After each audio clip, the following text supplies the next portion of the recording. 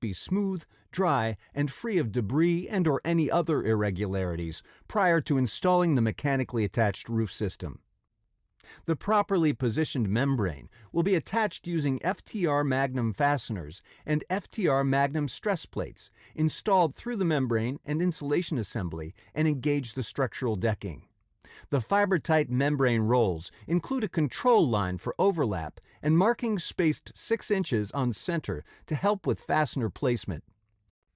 Fibertight is uniquely constructed not only to provide confidence in the watertight integrity of the welded area, but also a superior strength to the welded areas of the membrane.